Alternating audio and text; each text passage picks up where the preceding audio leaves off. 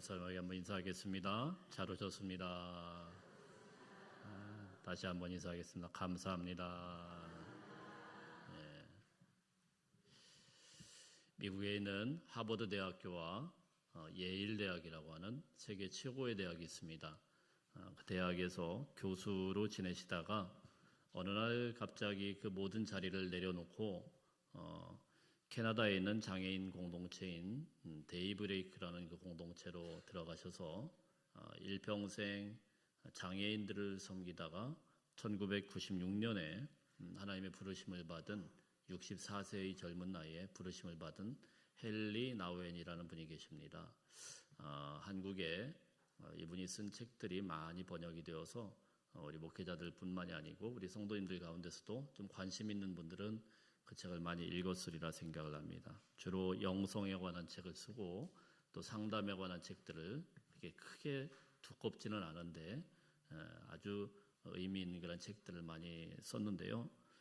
그 중에 이제 대표작이라고 할 수 있는 상처 입은 치유자라는 헨리 나우엔의 책이 있습니다. 그 책을 보면은 현대인들이 살아가면서 고통을 받게 되는데 고통받게 되는 현대인들에게 왜 고통이 오게 되냐, 이 고통의 원인을 주는 세 가지 것들을 이야기를 하고 있습니다. 첫 번째는 현대인들은 내향성을 갖고 있다. 내향성, 자기만 중심으로 산다라는 거죠. 두 번째는 강박성을 갖고 있다. 그리고 세 번째는 아버지의 상실이다. 이렇게 진단을 하고 있습니다. 내향성, 강박성, 아버지의 상실. 저는 물론 이 자리에서 그 책의 내용을 다 이렇게 소개하고 싶지는 않고요. 한 가지 제가 이제 이 책을 여러 번 읽으면서 과연 이 아버지의 상실이라는 거, 이게 굉장히 독특하지 않습니까? 현대인들에게 아버지의 상실이 주는 그 고통이 있다라는 것을 굉장히 이제 깊이 있게 좀 보게 되었습니다. 과연 아버지의 상실, 다른 말로 이야기하면은 현대인들에게 존경할 만한 어른이 없어졌다라는 이야기죠. 존경할 만한 어른이 사라지게 되었기 때문에 현대인들이 괴롭고 어렵다라는 겁니다. 과연 우리가 존경하는 그 어른들이 옛날 시대에 비해서 지금 사라진 것이 왜 현대인들에게 고통이 될까? 왜 사람은 존경할 만한 어른을 잃어버렸을 때 깊은 고통 가운데 빠질 수밖에 없을까? 책이 좀 어려워서 읽어도 좀 잘 이해가 안 될 수가 있어요. 근데 어제 제가 그래서 이걸 AI한테 물어봤습니다. 야, 어른 공경의 문화가 약화되니까 왜 사람들이 괴로워하니? 이렇게 물어봤더니 뭐라고 하냐면은 AI가 어른 공경의 문화가 약화될 때 현대사회가 고통스러워지는 이유는 단순히 예의가 없어서 예의가 무너져서가 아닙니다. 사람과 사람 사이를 붙들어주는 연결의 질서가 무너지기 때문입니다. 이렇게 AI가 답변을 했어요. 무슨 말씀이냐면 다시 한번 정리해서 이야기를 하면은 어른에 대한 공경의 그 문화, 그 예절에 관한 거는 그냥 단순한 예절의 문제가 아니고 그게 사라지게 될 때 사람과 사람 사이를 붙들어주는 질서가 깨진다는 거예요. 이해가 되세요? 사람과 사람 사이의 질서 가운데서 어른 존경에 대한 이 공경에 대한 것들이 가장 필수적이라는 겁니다. 결국 어른도 모르고 존경할 줄도 모르는 그런 사람들은 관계가 다 깨져가지고 외톨이가 될 수밖에 없다라는 거예요. 그래서 제가 이 AI의 이 명쾌한 답변을 곰곰이 뒤집어 생각해 보니까 정말 그런 것 같아요. 그렇지 않습니까? 여러분들이 주로 관계를 맺고 오랫동안 지속해오는 사람들 가만히 생각을 해보세요. 그 사람들 중에 존경이라는 것을 모르고 너무 예의가 없다. 그런 사람들과 오래 지속이 되나요? 제 주위에는 그런 사람들이 이제 좀 나이가 들면서 더 정리가 되더라고요. 옛날에는 좀 봐줬는데 이제는 좀 나이가 들면서 누군가가 너무 예의 없게 다가온다거나 존경의 태도를 갖지 않고 너무 불쾌하게 다가온다 그러면 그냥 내가 너랑 그렇게 깊이 관여할 이유가 없는데 그러면서 스르르 잘라버립니다. 물론 우리 성도님들한테 그런다는 게 아니고요. 페이스북이나 이런 데서 보면은 너무 여유 없게 다가오는 친구들이 있어요. 그러면은 제가 쓱 잘라버려요. 거리를 두게 되더라고요. 자연스럽게 그렇게 되더라고요. 그래서 가만 보니까 이 AI가 답변한 게 진짜 정확하구나. 누군가를 존경하지 않고 공경하지 않는 그런 태도가 단순한 문제가 아니구나. 만일에 누군가 지속적으로 그런 태도를 가지고 자라나게 되었고 그런 것으로 관계를 형성하려고 하면은 문제가 되겠구나. 점점 외톨이가 될 수밖에 없겠구나. 그러면 결국은 본인이 괴로워지고 힘들어질 수밖에 없겠구나. 성경은 에베소서 6장 2절 3절 말씀에서 이렇게 기록을 하고 있습니다. 내 아버지와 어머니를 공경하라. 이것은 약속이 있는 첫 계명이니 이로써 내가 잘되고 땅에서 장수하리라. 여러분, 성경에서는 뭐라고 가르치냐고 있냐면요, 이 부모 공경에 관한 것은 단순한 윤리 교육이 아니라는 거예요. 하나님께서 말씀하신 계명이라는 것도 말씀을 하셨지만 뒤에서 정확하게 뭐라고 말씀을 하냐면은 이로써 내가 잘되고 땅에서 장수하리라. 부모 공경이라는 거는 땅에서 잘 되는 거, 장수하는 거, 복과 하나님이 주시는 축복과 그대로 연결되는 통로가 된다라고 성경이 가르쳐주고 있는 거예요. 공경을 배우는 아이는 이 땅에서 잘 될 수밖에 없다라는 겁니다. 할렐루야. 근데 별로 확신이 없으신 것 같아요. 존경할 어른이 없게 되면은 이 땅에서 잘 살지 못해요. 성경이 그렇게 가르쳐주고 있는 거예요. 이 땅에서 우리 아이가 행복하게 살기를 원한다고 하면은 일단 부모 공경하는 것부터 가르쳐야 된다라는 것이 우리 성경에서 가르쳐진 지혜입니다. 안타까운 거는요, 오늘날 우리 사회에 어른들의 말을 귀 기울여 듣지 않으려는 이상한 분위기가 한국 사회에 굉장히 점점 강해지고 있는 것 같은 생각입니다. 언젠가부터 젊은 MZ세대를 중심으로 그 아이들이 입에 달고 다니는 말 중에 뭐가 있냐면 꼰대라는 말이 있습니다. 꼰대. 어른이 무슨 말만 하면은 꼰대짓 한다 이래가지고 들으려고를 안 해요. 비웃고 비아냥거리고 꼭 코미디에서 이렇게 웃기는 걸 이렇게 자꾸 만들어 놔가지고 어른들이 말하는 것을 굉장히 우습게 생각을 합니다. 또 목사님이 꼰대짓 한다고 이렇게 할지는 모르겠지만 그러다 보니까 이제는 누구도 어른이요 선뜻 아이들을 가르치려고 하지를 않아요. 저도 그래요. 선뜻 아이들한테 가서 쉽게 가르치지를 않습니다. 왜냐면은 괜히 말 한 번 꺼냈다가 아이들이 막 그런 식으로 나오면 굉장히 마음에 상처도 되고 어려워지기 때문에 가르치지를 않아요. 옛날에는 조금 노는 아이들도 예전에 제 친구들 중에 좀 노는 애들이 있었거든요. 제가 놀았다는 게 아니고 제 친구들 중에 노는 애들이 담배를 뻑뻑 피웁니다. 제가 피웠다는 게 아니에요. 분명히 말씀을 드려요. 제가 피웠다는 게 아니고 제 친구들 중에 그런 아이들이 있었어요. 근데 이런 아이들이 담배를 뻑뻑 피우다가도 뒤에서 어르신이 딱 나타나면은 어르신이 그럼 어떻게 합니까? 딱 감춥니다. 그리고는 일단 인사부터 어르신 안녕하십니까? 그게 옛날의 문화였어요. 그렇죠? 동네 어르신이라는 거는 어르신이 그리고 나서 이제 그걸 발견을 하면 한참 잔소리를 해요. 한 시간 동안 야단을 맞습니다. 꼼짝도 못하고 네. 이게 그 아이들의 문화였어요. 물론 어른이 말하는 것이 다 맞아서 내내 그런 게 아닙니다. 그냥 어른이다 그러면은 그냥 존경해야 되는구나, 존중해야 되는구나. 그게 저희 세대 자라날 때 그런 그냥 자연스럽게 배워나온 그런 문화 아닙니까? 근데 언젠가부터 이런 문화가 다 사라져 버렸어요. 심지어는 요즘에는 학교에서 선생님을 전혀 존경하지 않아가지고 예전에는 저희 세대는 교사다 그러면 선망의 대상이었는데 요즘 젊은 친구들은 교사를 굉장히 3D 직종 비슷하게 해가지고 안 가려고 합니다. 안 하려고요. 가장 존경받아야 되는 그런 직업인데 가장 무시당하고 경멸당하고 교사가 학생들에게 말 한 번 잘못했다가 상처받는 일이 너무 비일비재하다 보니까 그리고 서로 고소장을 주고받고 막 그런 것들을 우리가 얼마나 많이 봅니까? 학생은 교사를 고발하고 교사는 또 학생 부모들을 고발하려고 참으로 안타까운 세상을 살아가고 있어요. 저는 정말로 이런 모습들을 가만 보면서 우리 아이들이 그렇게 자라나고 그렇게 공경의 문화가 사라지게 자라나게 되었을 때 이 아이들이 다음 세대에서 앞으로 10년, 20년 후에 얼마나 세상이 거칠어질까, 얼마나 세상이 힘들어질까가 굉장히 염려가 되는 것입니다. 사랑하는 성도 여러분, 오늘은 어버이 주일입니다. 우리 교회는 어르신들의 헌신 위에 세워진 교회입니다. 우선 여기 많은 그런 어르신들이 계시는데 한번 인사했으면 좋겠습니다. 옆에 계신 분들에게 지난 세월 수고 많으셨습니다. 한번 인사하시겠습니다. 오늘 우리가 이렇게 아름다운 성전에서 편안하게 예배드릴 수 있고 은혜로운 환경 가운데서 하나님의 말씀을 들을 수 있었던 것은, 그리고 그렇게 할 수 있는 것은 앞선 세대의 눈물과 희생이 없이는 불가능했습니다.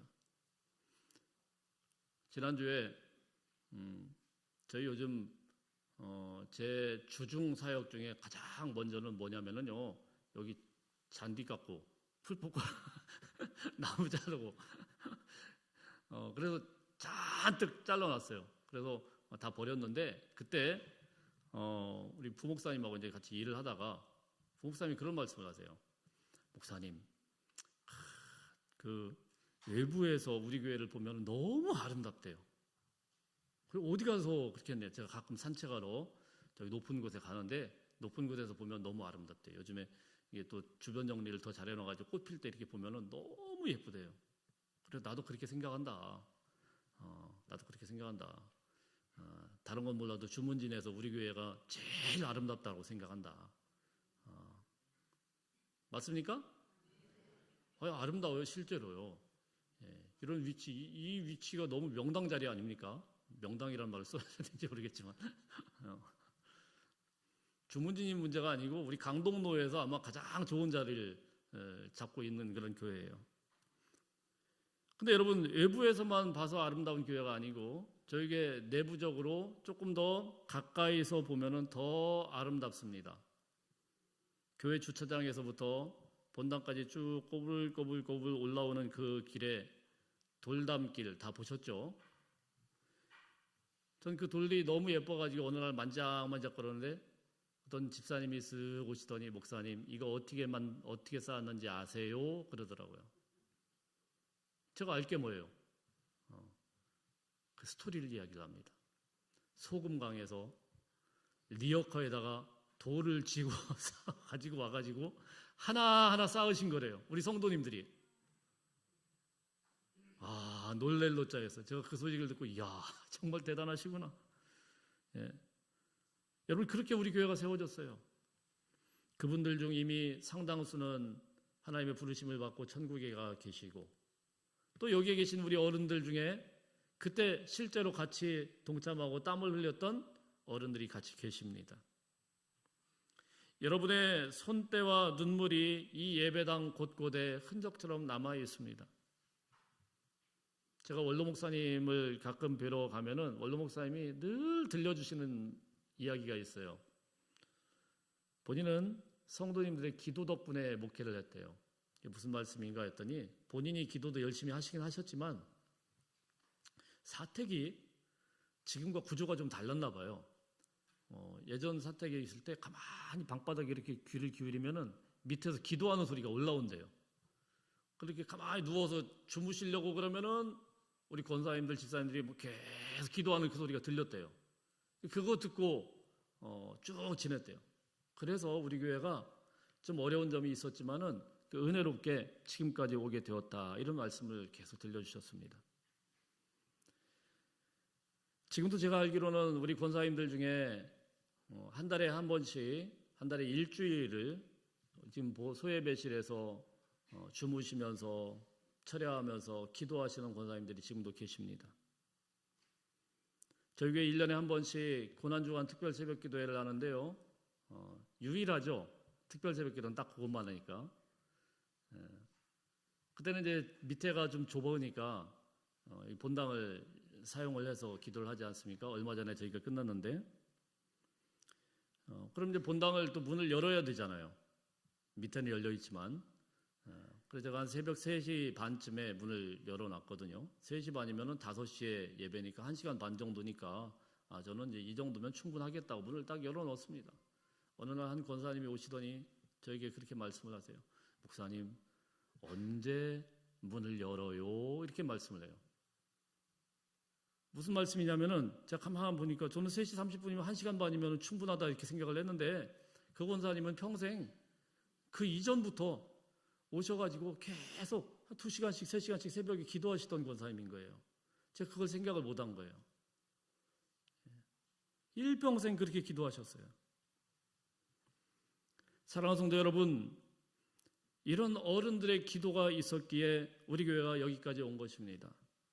눈물의 기도가 교회를 세웠고 믿음의 무릎이 다음 세대를 붙들어준 것입니다.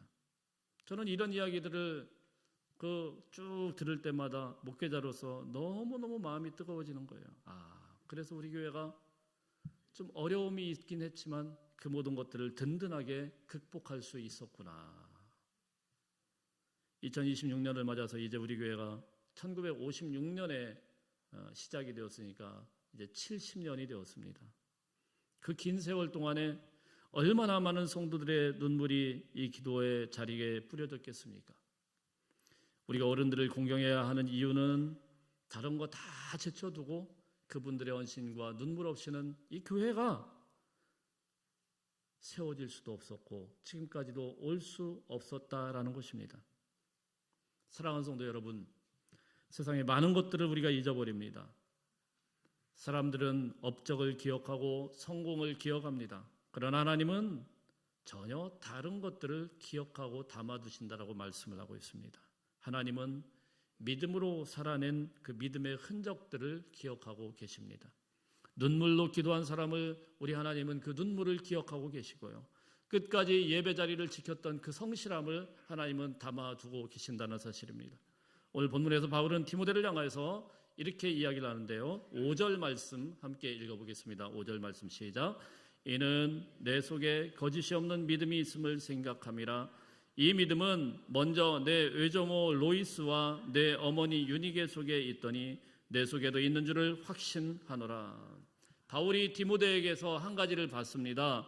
다른 게 아니고 디모데의 그 믿음을 봤어요. 그 믿음을 뭐라고 이야기하냐면 너는 거짓 없는 믿음을 가졌다. 거짓 없는 믿음을 가졌다라고 그 믿음을 봤어요. 여러분, 이 디모데 후서라는 것은 바울 서신 중에 가장 마지막에 쓰여진 서신이에요.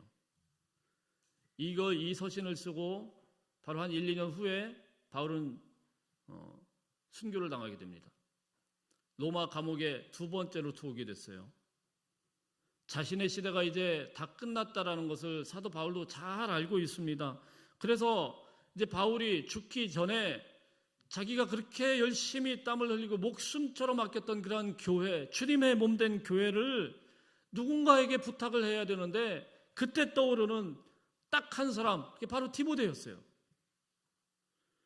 그래서 사도 바울이 2절 말씀에 보면 뭐라고 이야기를 하냐면은 사랑하는 아들 디모데에게 편지하노니, 바울은 디모데에게 대해서 뭐라고 고백을 하냐면은 디모데는 사랑하는 아들이다. 가정도 없었고 누구 하나 의지할 사람도 없었던 이 바울이 거침없이 이야기를 하는, 디모데는 사랑하는 아들이었다.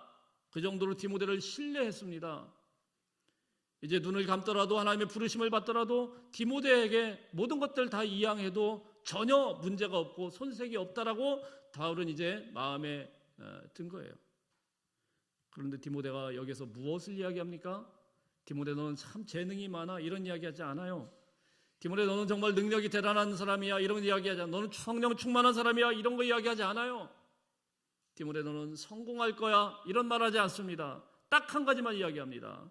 내 속에 거짓 없는 믿음이 있다. 여러분, 이 믿음은, 디모데에게 생긴 이 믿음은 어떻게 생기게 되었습니까? 오늘 5절 말씀을 자세히 보면은 네 외할머니 로이스에게 있었고 어머니 유니게에게 있었고 이제 디모데 너에게도 거짓이 없는 믿음이 있다라는 표현을 합니다. 여러분, 믿음은요 있는 겁니다.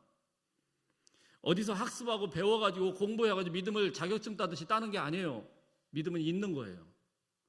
외할머니에게 있었고 어머니에게 있었고 이제 디모데에게도 그대로 전수되어서 있는 겁니다. 기독교 교육이라는 것은 학습해가지고 공부해가지고 연구해가지고 얻는 지식이 아닙니다. 있는 것을 흘려보내는 것이 기독교 교육입니다. 있는 믿음이 다음 세대로 흘러가야 됩니다. 성도 여러분, 여러분은 자녀들에게 무엇을 남겨주겠습니까? 돈은 남겨도 곧 사라지게 됩니다. 건강이라는 거 우리 믿을 수 없어요. 건강을 물려줄 수 없습니다. 세상의 명예도 시간이 지나면 다 사라지게 됩니다. 그러나 믿음은 세대가 거듭될수록 더 강해지고 세대가 거듭돼도 계속 흘러 살아남는 것이 믿음인 것입니다. 어머니가 붙들었던 찬송이 자녀의 마음속에 남습니다. 아버지가 드리던 그 기도가 세월이 지나서 자녀가 같이 기도하며 기도로 붙들고 살게 됩니다. 교회 마룻바닥 닳도록 무릎 꿇던 그 모습이 자녀의 인생의 방향이 되기도 하는 것입니다. 여러분은 모르셨을지 몰라도 자녀들은 여러분들을 어릴 때부터 자세히 관찰하고 있었다는 것입니다. 새벽마다 성경 읽던 모습, 힘들어도 예배가던 모습, 어려워도 감사하던 모습, 그 모든 것들이 자녀의 마음에 씨앗처럼 남아서 결국 인생의 방향이 결정되는 줄 믿으시길 바랍니다.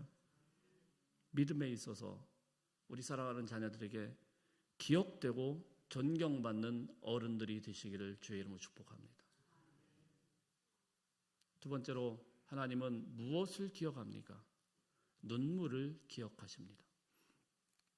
오늘 본문에는 로이스와 유니게라는 사람의 이름이 나옵니다. 좀 놀랍죠? 성경에 이렇게 이름이 딱 박힌 사람이 그렇게 많지 않아요. 아무리 위대한 일을 업적을 했어도 어떤 여인 이렇게는 나와도 이름이 딱 등장을 하는 그런 여자들 많지 않아요. 대단한 업적을 남겼다거나 큰 일을 했다거나 이런 사람들, 그런 사람들이야 남길 수 있지.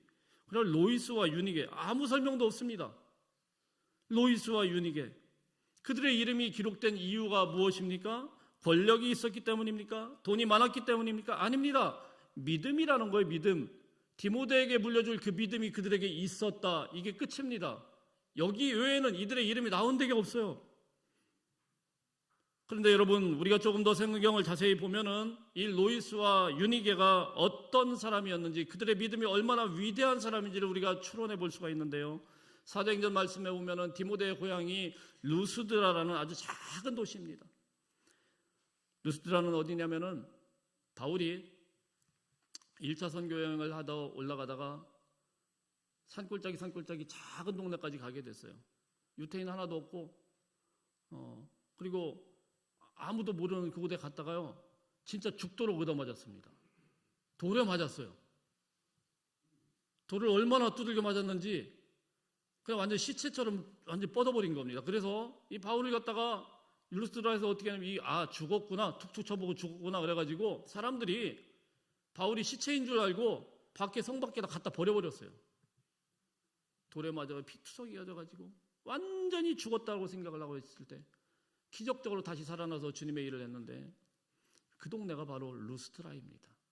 주의 복음을 증거하다가 바울이 돌멩이 맞고 동네 사람들한테 피투성이가 되어서 쓰러졌던 그곳, 여러분, 그 현장에서 디모데가 자라났다라는 겁니다. 아마 어린 디모데도 그날의 그 소동을 보았을 것입니다.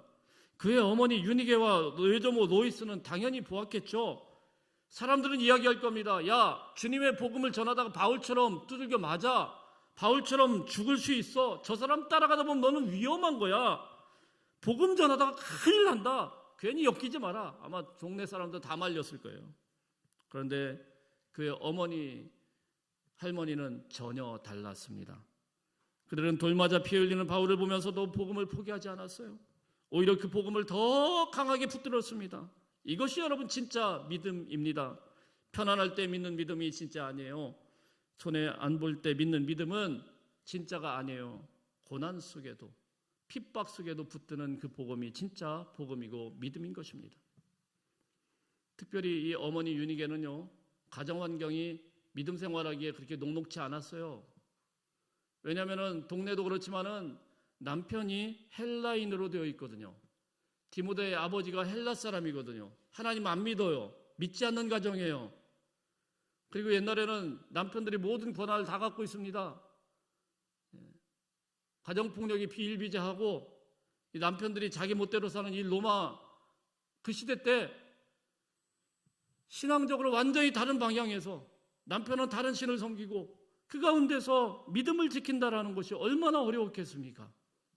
그런데도 이 유니게는 아들 디모데에게 말씀을 가르쳤습니다. 그래서 디모데후서 3장 말씀에 보면은 우리가 잘 아는 말씀이죠. 또 내가 어려서부터 성경을 알았나니, 어려서부터 디모데에게 성경을 부지런히 누가요? 엄마와 외할머니가 가르친 거예요. 엄마가 이 아이를 갖다 품에 안고 이 아이 젖을 먹일 때부터 또 자라날 때부터 계속해서 주의 말씀을 계속 부지런히 가르쳐 준 거예요. 디모데야, 하나님은 살아계신다. 하나님 말씀 따라 살아야 된다. 사람은 흔들려도 하나님은 흔들리지 않아. 눈물로 심은 말씀이 결국 디모데를 붙들게 된 것입니다. 그리고 그가 자라나고 성장해서 그 훗날 바울이 가장 신뢰하는, 자기가 하나님 앞에 부름을 받았을 때 유일하게 이 교회를 붙들 사람으로 디모데를 딱 찍은 거예요. 여러분, 이 한 어머니의 믿음이 한 사람의 인생을 만들었고 그 한 사람이 교회를 살리고 복음을 다음 세대로 이어지게 만든 것입니다. 그러면 사랑하는 성도 여러분, 지금 여러분들의 기도가 약해 보일지 몰라도 절대로 작은 것이 아닙니다. 오늘 여러분들이 눈물로 드리는 그런 기도가 내일 한 영혼을 살릴 수 있습니다. 오늘 여러분들이 붙드는 그런 믿음이 다음 세대의 디모데를 만들 수 있습니다. 사람은 잊어버린다고 하더라도, 사람은 그냥 슬쩍 지나간다고 하더라도 하나님은 여러분들의 눈물을 저장해 두십니다. 눈물의 기도는 하나님 앞에서 절대로 땅에 떨어져서 사라지지 않습니다. 하나님은 그의 어머니의 기도를 잊지 않으셨어요. 하나님은 그의 할머니의 그 믿음을 잊지 않았어요. 저에게도 두 가지의 기도의 그림이 있습니다. 하나는 저희 돌아가신 할머니에 대한 건데요. 그냥 들은 이야기입니다. 우리 할머니가 제가 어릴 때부터 이제 가면은 왔냐 그러면서 인자하게 그 모습만 나는데, 할머니가 예수님 믿고 나서 저희 아버님 형제가 7남매입니다. 그리고 얘들 손주들이 잔뜩 하니까 친손주들 쭉 외손주들 다 합치면 거의 한 40명 됐어요. 근데 이 할머니가 제 아버님 말씀하시는데 가마솥에서 크게 밥을 지으면서 손주들 이름 하나 부르면서 숟가락으로 누구누구 하나님 축복합니다. 하나님 축복합니다. 이러면서 그 40명의 손주들의 이름을 다 불렀대요. 그렇게 매일 밥을 한 거예요. 전설 같은 이야기죠. 그래서 그런지 몰라도 저희 집안에 참 그렇게 옛날에 시골에서 그렇게 사는데 얼마나 어려웠겠습니까? 저희 아버님은 목회하시기 위해서 신학대학원에 들어가셨는데, 들어가셨을 때 집에서 전혀 형편이 안 돼가지고 정말 힘들게 공부를 하셨어요. 근데 그렇게 다들 힘들게 살아왔는데 이 7남매가 한 사람도 탈선하지 않았어요. 그 40명의 손주들이 아무도 탈선하지 않았어요. 그리고 다들 잘 살아요. 서울 시내에서도 떵떵거리며 사는 우리 고모들이 있고,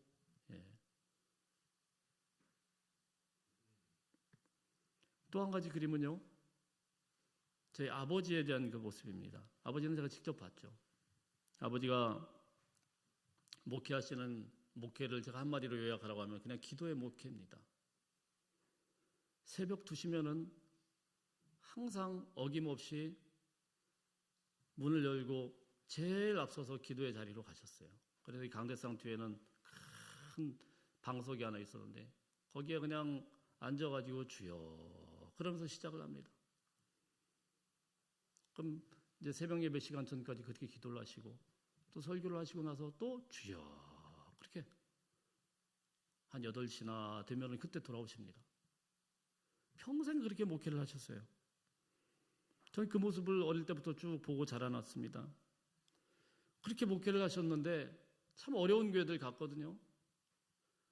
근데 그 어려운 교회들이 처음에는 좀 어려웠는데 그냥 거뜬하게 문제들도 해결되고 그리고 조금씩 하나님께서 사람들을 붙여서 뭐 한 게 아무것도 없어요. 제가 보니까 지금 생각하면은 참 답답한 분이에요. 그냥 주여 그거만 하고 그냥 주여 아무것도 아닙니다. 그냥 그것만 하셨어요. 그런데요, 하나님께서 교회들의 그 어려운 문제들 다 해결해 주시고 사람들 다 붙들어 주시고 부흥하게 하시고, 저는 그 모습을 보면서 자라나고 목회를 할 때마다 늘 그 그림이 있습니다. 제가 따라갈 수도 없고 감히 그분들의 했던 그런 믿음의 발자취를 제가 어떻게 쫓아갈 수 있겠습니까? 그러나 한 가지 분명한 것은, 확실하게 믿는 것은 있습니다. 눈물의 기도는 절대로 사라지지 않는구나. 부모의 눈물은 사라지지 않는구나. 제가 잘나서 그렇다는 게 아니고 절대 사라지지 않는구나. 믿음의 무릎은 반드시 다음 세대를 붙들게 하시더라는 겁니다. 오늘 세 번째 우리가 나누고 싶은 거는, 여러분 나이가 들어도 연세가 들어도 사명이라는 것은 끝나지 않는다는 것입니다. 오늘 말씀을 자세히 읽어보면 바울은요, 지금 나이가 들었어요. 죽음이 코앞에 왔다는 걸 자기가 잘 알고 있습니다. 감옥 안에 갇혔어요.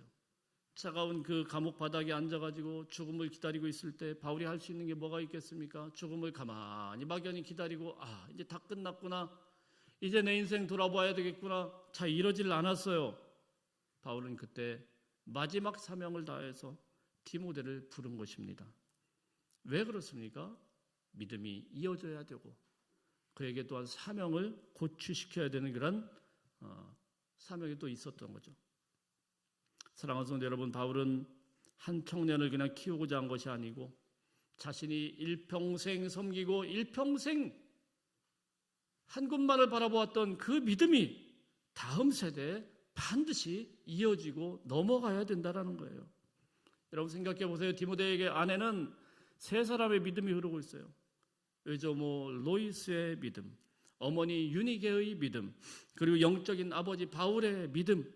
로이스에게서는 끝까지 하나님을 붙든 그런 신앙을 배웠습니다. 유니게에게서는 말씀으로 자녀를 키우는 신앙을 배웠습니다.